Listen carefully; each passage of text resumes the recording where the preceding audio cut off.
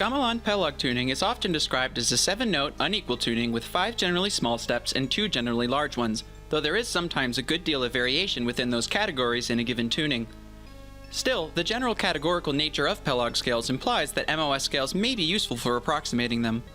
Additionally, in Michael Tenzer's Gamelan Gong Kebyar, he notes that there are 2 polarities of Pelog tunings, one where the difference in size between the large and small steps is larger, referred to as beg-beg, which means straight or lined up, and one where the difference is smaller, called tirus, which means narrow or converged. Tunings in the middle of these extremes are referred to as sedang, which means moderate or average. Whether by coincidence or otherwise, this ratio change in interval sizes is exactly the way MOS scales react to changes in generator size, and so MOS scales are likely to approximate Pelog tunings at least with consistent accuracy, whatever accuracy that may be. Tenzer lists 3 5-note Pelog tunings, which are often used as subsets of the greater 7-note Pelog gamut. These 5-note Pelog tunings are most simply described as having 2 large intervals and 3 small ones. The large step in the 2 large 3 small MOS scale is arrived at after going down 3 generators and up 2 periods, and the small step is arrived at after going up 2 generators and down 1 period. Those facts allow for the derivation of the equation I'll be using, whose minima will show us the optimal tuning of the MOS scale for approximating the given Pelog tuning's adjacent interval sizes. But first, a couple of notes.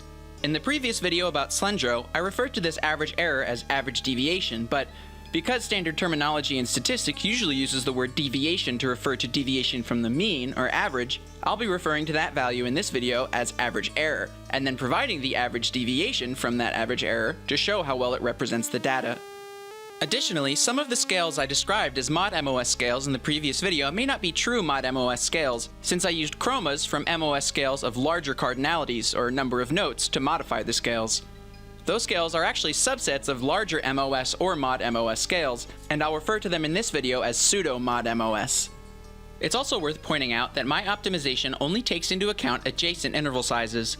This is not a big deal when the error is low, because the other intervals in the scale will tend to also be well approximated, but when the error is high, that error can easily compound over a few steps, such that an interval that subtends, say, 4 notes in the scale can be much more inaccurate than the average error of adjacent interval sizes may imply.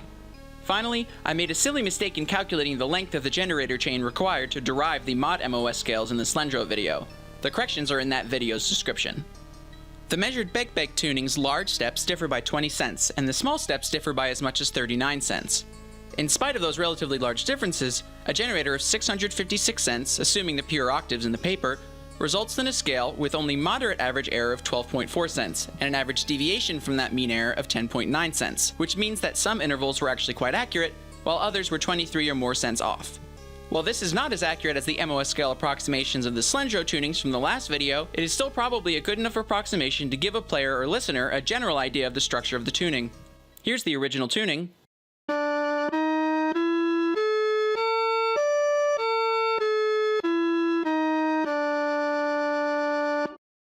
And here's the MOS approximation.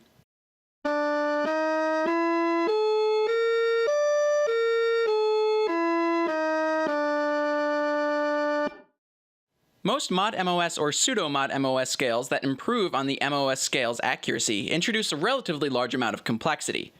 The best compromise I found was a 1 extra large, 1 large, 2 small, 1 extra small scale, which uses the chroma from the 9-note MOS.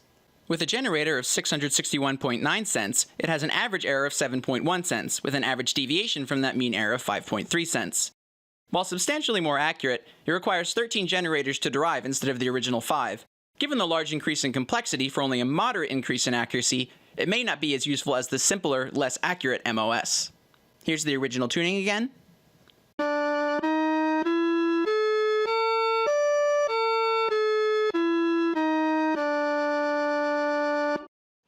And here's the pseudo-mod MOS approximation.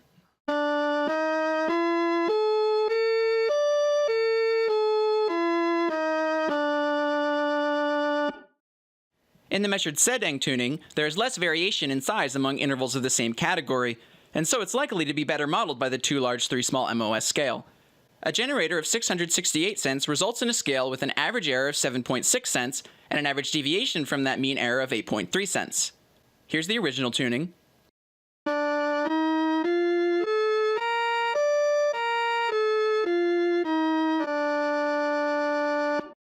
And here's the MOS approximation.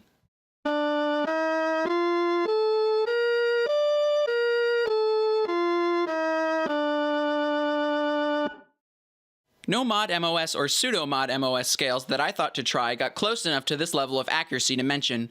Scales that are more accurate do certainly exist, and in fact, one should be able to get arbitrarily close by introducing larger and larger amounts of complexity, but unless I missed any obvious ones, there is none that isn't too cumbersome to demonstrate.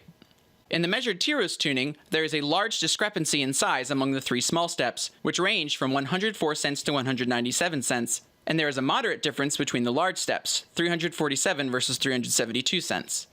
A generator of 684 cents results in a 2 large, 3 small MOS scale with an average error of 25.8 cents and an average deviation from that mean error of 16.36 cents.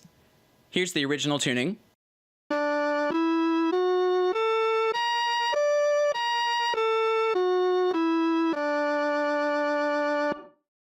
And here's the MOS approximation.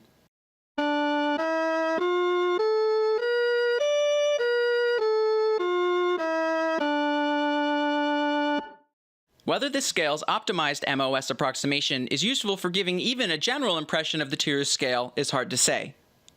The 2 extra large, 2 small, 1 extra small mod MOS scale, which is a modification of the 3 large, 2 small MOS scale, does a much better job of approximating this Pelog tuning, where a generator of 737 cents leads to an average error in adjacent step sizes of 8.4 cents, with an average deviation from that mean error of only 4.6 cents, requiring only 9 generators to derive. Here's the original tuning again.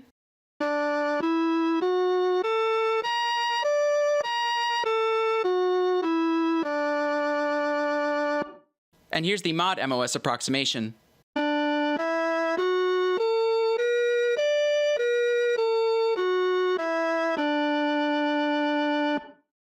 Kunst recorded the Pelog tunings of 39 Gamelan ensembles, 38 of which were 7-note Pelog tunings. When approximating all of those scales using the 2 large, 5 small MOS scale, the average error is 20.3 cents. 29 of them had less than 25 cents average error, 24 of them had less than 20 cents average error, and 7 had less than 15 cents average error. Those with more than 20 cents average error likely have more accurate approximations using mod MOS or pseudo mod MOS scales, though I haven't checked. Pelog tunings, while not as accurately approximated by MOS and mod MOS scales as the Slendro tunings, were still tuned with what I consider to be a notable accuracy. The consistency with which the generator size of the optimized 2 large 3 small MOS scale followed the spectrum of Pelog tunings is also notable. By no means is this meant to imply that Gamelan tunings are derived from MOS or mod MOS scales, of course. The optimist in me wonders, however, if the accuracy of MOS scales in approximating Gamelan tunings, in addition to Western tunings, isn't because of a fundamental preference for intervallic regularity in human scale perception. Other phenomena could explain each ensemble's deviations from the regularity of MOS scales, like minimizing sensory dissonance given the spectra of their instruments a la Synths, or maintaining the beat rate between sets of instruments across the range of the ensemble. In fact, Western tunings deviated from regular interval sizes for a large portion of their history to favor pure harmonic relationships while still maintaining a small gamut, or number of pitches. Regardless of whether or not MOS and mod MOS scales have any fundamental predictive properties, they are relatively simple structures that are easy to represent on 2D interfaces, and they approximate many scale structures with a high degree of accuracy, making them useful tools. It's also important to note that an accurate approximation of Gamelan tuning in no way ensures an accurate emulation of Gamelan music. One could argue, however, that it is a prerequisite.